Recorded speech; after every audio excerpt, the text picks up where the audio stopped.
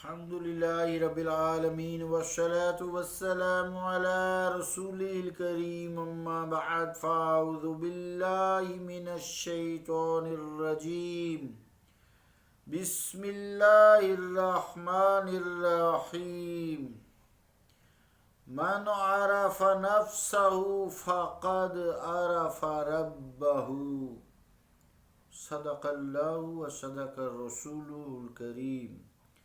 عزیزان گرامی قدر، السلام علیکم ورحمۃ اللہ وبرکاتہ۔ حدیث پاک جو تلاوت کرنے کی سعادت حاصل کی ہے، اس کا ترجمہ یوں ہے کہ جس نے بھی من عرف نفسہ، جس نے اپنی روح کو پہچان لیا، فقد عرف ربہ، تو پس اس نے یقیناً اپنے رب کو بھی پہچان لیا۔ اس حوالے سے ہمارا ایک سلسلہ جاری تھا جو حضرت سید عبداللطیف المعروف سید شاہ محی الدین ویلوری قادری کی تصنیف جوہر السلوک کو حضرت نصیر الدین شاہ صاحب رحمۃ اللہ علیہ نے چراغ گولڑا نے بیان فرمایا ہے۔ تو اس سے پہلے 5 جو روح کو باشعور ثابت کرنے کے لیے انہوں نے وضاحت کی ہے، تصریح کی ہے، تشریح کی ہے، تو 5 باتوں کی تشریح ہم پڑھ چکے ہیں، جو ریپیٹیشن میں آپ کو بتاتا ہوں۔ ایک تو روح جو ہے مدبر ہے، محرک ہے۔ دوسرے یہ کہ روح جو ہے جسم میں یکتا ہے، اکیلی ہے، واحد ہے۔ تیسرے یہ ہم نے پڑھا تھا کہ روح کے ارادہ کے بغیر جسم میں کوئی حرکات و سکنات ممکن نہیں ہے۔ چوتھی بات ہم نے یہ پڑھی تھی کہ روح سے جسم کی کوئی حرکت، کوئی عمل چھپا ہوا نہیں ہے، تو اسی طرح اللہ تعالیٰ سے بھی اس کائنات میں کوئی عمل چھپا ہوا نہیں ہے۔ 5ویں بات جو ہم نے کل کی تھی، اس کا نتیجہ یہ تھا کہ روح جسم میں ہر عضو، لوں جسے کہہ لیں، اس کے قریب ہے، روح سے قریب اور کوئی چیز نہیں ہے۔ اسی طرح اللہ تعالیٰ ہر چیز کے بہت ہی قریب ہے، اور یہ قربت مسافیت یعنی دوری اور نزدیکی سے پاک ہے۔ چھٹی چیز جو حضرت شاہ محی الدین رحمۃ اللہ علیہ نے فرمائی ہے روح کے باشعور ہونے کی تشریح میں، وہ یوں ہے، فرماتے ہیں لما کان الروح موجودا قبل وجود الجسد ویکون موجودا بعد عدم الجسد علمنا انه سبحانه موجود قبل کون خلقه ویکون موجودا بعد فقد خلقه ما زال ولا يزال وتقدس عن الزوال۔ ترجمہ کیا ہے اس عربی عبارت کا؟ اور جب روح جسم سے پہلے موجود تھی اور اس کے عدم کے بعد بھی موجود رہے گی، تو معلوم ہوا کہ اللہ تعالیٰ کا ساری مخلوق سے پہلے وجود تھا اور اس کے معدوم ہونے کے بعد بھی وجود رہے گا، نہ تو وہ کبھی زوال پذیر ہوا ہے اور نہ ہوگا، اور وہ زوال سے پاک ہے۔ اب اس کو سمجھیے کہ روح اللہ تعالیٰ کی مخلوق ہے، امر ربی ہے، جیسا کہ قرآن مجید نے بھی فرمایا ہے وَيَسْأَلُونَكَ عَنِ الرُّوحِ، اے مصطفیٰ یہ صلی اللہ علیہ وسلم، یہ آپ سے روح کے متعلق سوال کرتے ہیں، قُلِ الرُّوحُ مِنْ أَمْرِ رَبِّي، فرما دیجئے کہ روح میرے رب کا امر ہے، حکم ہے۔ تو اس کا مطلب یہ ہے کہ روح جو ہے اللہ تعالیٰ کی صفات میں سے جو ایک تخلیق کی گئی ہے، اس کی صفت ہے جسے اللہ تعالیٰ نے امر ربی فرمایا ہے۔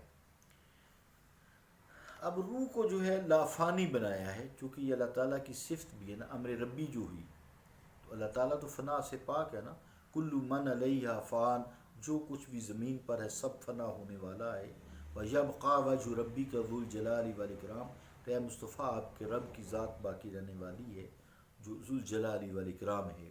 محبت والی ہے، پیار کرنے والی ہے، اکرم والی ہے، پاک ہے۔ تو اب یہ بات طے ہوئی کہ روح کو زوال نہیں، چونکہ یہ امر ربی ہے۔ جسم کو فنا ہے، سب دیکھتے ہیں کہ ایک شخص دنیا میں آتا ہے، ایک زندگی مقررہ میعاد تک گزارتا ہے، پھر وہ اس دار فانی سے رخصت ہو جاتا ہے، ہم اس کو دفنا دیتے ہیں۔ گورکن سے کبھی پوچھیں تو جب کبھی وہ قبر دوبارہ نکالتا ہے کچھ عرصے کے بعد تو وہاں کچھ بھی نہیں ہوتا، جسم فنا ہو جاتا ہے۔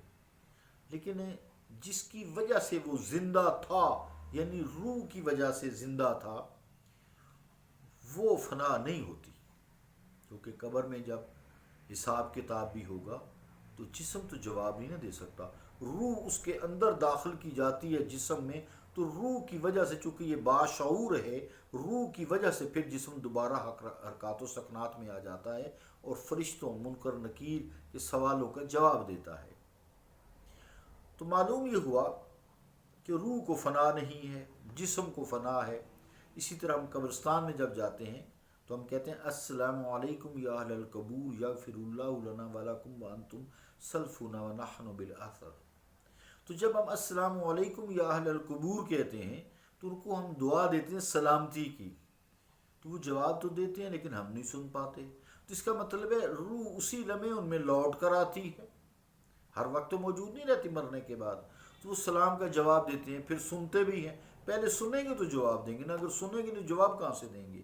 تو اس سے ساری باتوں سے ہمیں یہ احادیث مبارکہ اور قرآن مجید سے یہ ساری باتیں ثابت ہوتی ہیں کہ روح کو فنا نہیں ہے، کیونکہ یہ امر ربی ہے۔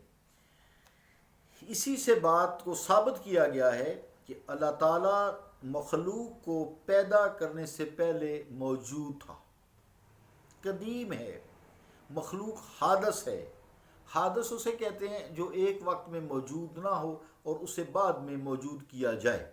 تو اللہ تعالیٰ نے مخلوق یقیناً پیدا کی ہے، اللہ کی تخلیق ہے، تو مخلوق کو تو فنا ہے، لیکن اللہ تعالیٰ کی کسی بھی صفت، کسی بھی ذاتی صفت ہو، چاہے صفاتی صفت ہو، چاہے کمالاتی صفت ہو، اس کو جو ہے فنا نہیں ہے۔ تو یہ بات ثابت ہوئی کہ اللہ تعالیٰ ازل سے ہے، ازل تک رہے گا، مخلوق تخلیق کی گئی ہے، یہ فنا ہونے والی ہے، تو اللہ تعالیٰ کو نہ زوال ہے، وہ زوال سے پاک ہے، نہ وہ پہلے کبھی زوال میں تھا، سب سے پہلے ہے، سب سے پہلے ہے، اس کو زوال نہیں ہے، ازل سے ہے، ابد تک رہے گا۔ مخلوق کی جو تخلیق کی گئی ہے، اس کو خاص طور سے اگر انسان کو لیا جائے تو اس کو فنا ہے، اس کے بعد قیامت ہے، قیامت کے دن روز حساب ہوگا، پھر جو ہے جنت دوزخ کا فیصلہ ہوگا۔ تو آج کی یہ گفتگو سے ثابت ہوا کہ جیسے روح کو زوال نہیں، روح کو فنا نہیں، اسی طرح اللہ تعالیٰ کی ذات و صفات کو بھی فنا نہیں۔ حقیقت میں یہ جو تصوف ہے یہ توحید کا ہی درس ہوتا ہے۔ تو حدیث پاک میں اسی لیے فرمایا کہ جس نے روح کو پہچان لیا، من عرف نفسہ، نفس سے مراد روح، جس نے اپنے نفس یعنی روح کو پہچان لیا، من عرف نفسہ فقد عرف ربہ، اس نے اپنے رب کو پہچان لیا۔ تو رب کی پہچان کے لیے روح کی پہچان یا اپنے اندر کی پہچان بہت ضروری ہے، کیونکہ یہ ساری انسان کی جو اللہ تعالیٰ نے اس میں صفات پیدا کی ہیں، ان کی جب پہچان ہو جائے گی تو خالق کی صحیح پھر پہچان ہوتی ہے۔ اسی کا نام ولایت ہے، اسی کا نام قرب الہی ہے، اسی کا نام عرفان الہی ہے، اسی کا نام معرفت ہے، معرفت الہی۔ صلی اللہ تعالیٰ علی رسول خیر خلقہ محمد وعلی آلہ وصحبہ اجمعین برحمتک یا ارحم الراحمین۔